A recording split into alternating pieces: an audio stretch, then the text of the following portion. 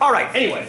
Plus they look so cute. Oh, she showed me the episode of cute little Bruno the French guy. Just so adorable. Cycloramic.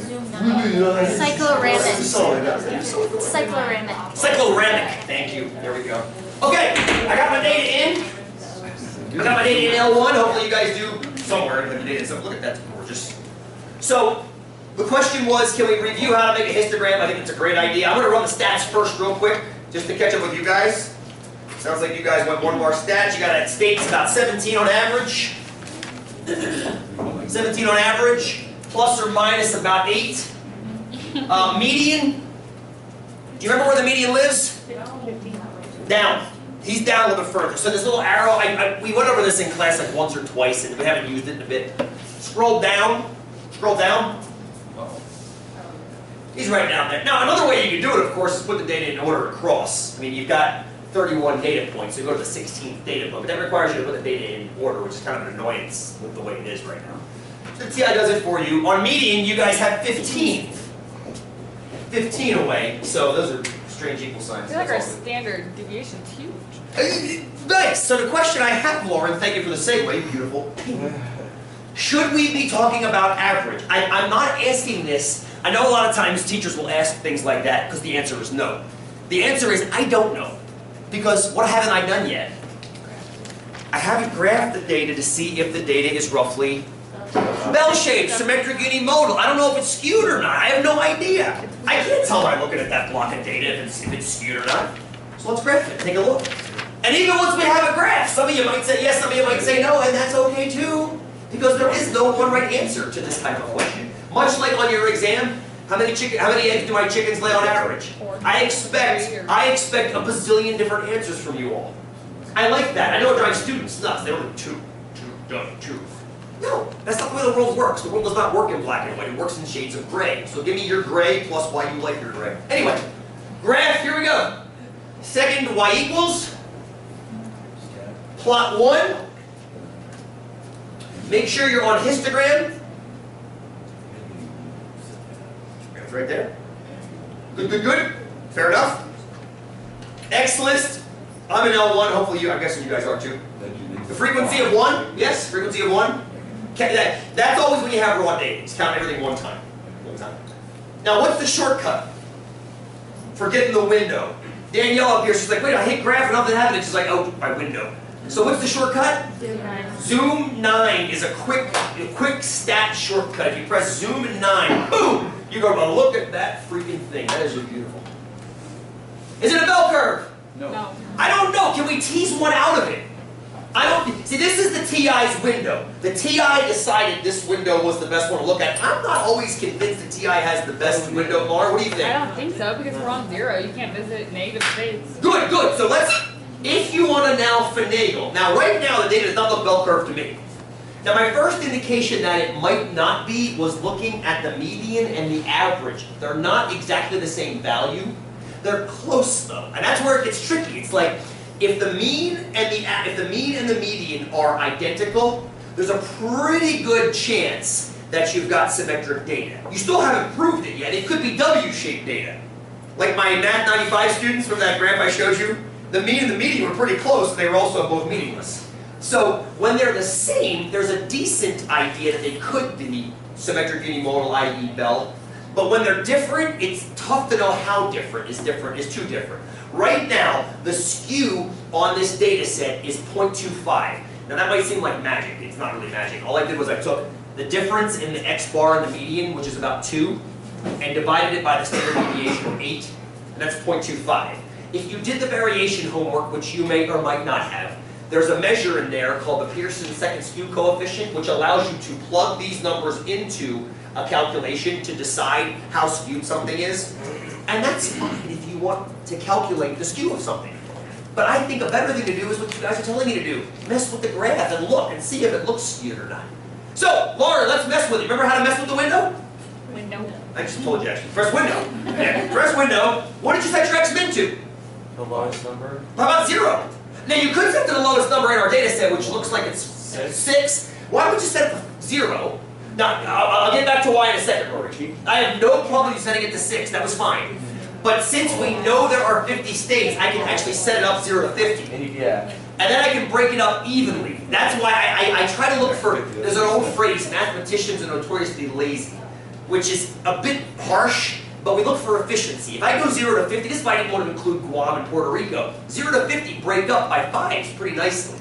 So now if you change the scale to 5 and not 5 and a 6, which is a weird number, now when you press graph, oh, that's a freaking cool distribution. Yeah, it's cool. Daniel, you best believe it further. I love it. We'll come back to that. So now when you press trace, you can see in groups of 5 how many folks have been to what state. Now, Rory, you're going to say this was dumb. Why do we even have that last bar there? You can take it off if you want to. It started at 5 instead. Totally fine. So there's 6 in between 5 and 10. There's 9 between 10 and 15. For those of you that are wondering where 10 is, because you see how 10 is in both that bar and that bar, mathematically 10 is only in this bar. Do you see that sign right there, equals 10? In the bar below it, it's less than 10. So technically, this bar right here is 5, 6, 7, 8, 9. Does that make sense?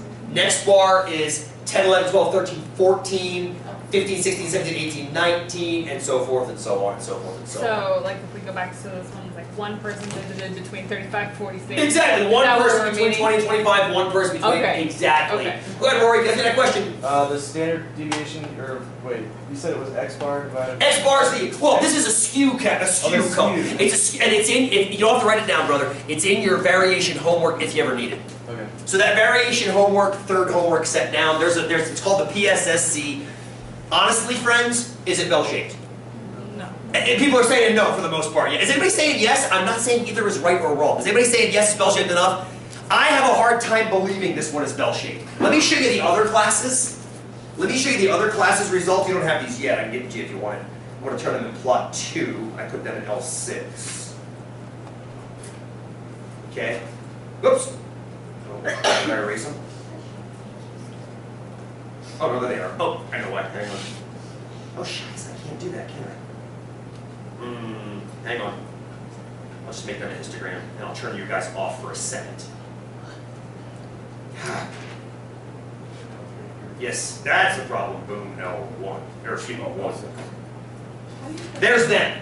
That's first class. And exactly, Sarah. It's like, yeah, you can argue that's kind of bell-shaped-ish. It's got too long of a tail, I think. But it's definitely not as obviously lumpy as your guys' data is. Not to call your data lumpy, I know I just did. So I guess the point now is, yes, L1 good. Turn these back off. The point now is, if we want to talk about your guys' data set and we shouldn't use the average and the standard deviation, what do we have? So here's my point. Here's my point. We've talked about measures of center. The predominant one we talked about in that was X bar. The predominant measure we talked about was the sample average. Although the median was in there too, yes? He's good. He kind of lives in 2 different worlds, which is pretty slick actually. So X bar, measure of center, happy. What should always be paired with a measure of center? A measure of, go ahead. A measure of variation, standard deviation. So these guys really, honestly, need to be together. But this is what Rachel and I were discussing right before the break is, what happens if you shouldn't use those? All of a sudden we get to your guys' data, and I'm not so sure I like using the average of 17. I mean, if you look at where 17 is in your data, all right, so here's 0, 5, 10, 15, 17 somewhere in here. There's a big chunk of the graph over here that's being underrepresented, I think. And do you know why it's being underrepresented? Where's 17 heading towards? He's being pulled by these guys over here. It would make it even worse if I threw my 48 in there, wouldn't it? Make it even worse. Would it change the median at all? If I threw my 48 in there? It might. It might, depends on what the 16th and 17th data points are, but it wouldn't change as much as it would change the average. Because the 4th, remember what the average is? The average is a waiter's hand balancing a tray full of cookies, or your favorite beverage. So the 17 is where the waiter is right here. If I add my 48 to that, that means you add another cookie way out there at the end. His hand's got to go out there to balance that, yes? His hand might not have to change at all if the median is still in this bar. If the median is still in that bar. Because his hand isn't the median calculation, his hand is the average calculation. Fair enough? So I'm going to leave my 48 out of there for the time being, if that's okay with you guys. So, what do we have if we don't have the measures of center and variation? Well, we discussed one earlier today, right? The percentile rank. We actually started discussing this. I actually painted this picture for you last class with the Facebook quiz. What percentage of my friends have more friends than I do? Now, conversely, you also know how many have less friends than I do by the number 673, whatever it was, and comparing it. No, rank. What's that 6 percentile what? Rank. Oh. Sorry. I was volunteering at my son's kindergarten, sorry, last Friday. I had them writing out, and I make them write in capital letters, and they go, why do you always make us write in capital letters? I'm like, because I can't tell the difference between a lowercase b and a b. And I figured at age 40 I should be able to, but I'm too old to learn now. And they're like, we screwed that up too, Sean. I'm like, yes, but you're 6. You're allowed to, and I'm being made fun of. Which is why I always write in capitals, but then sometimes the letters get run together because I get excited because I'm ADD. So, anyway.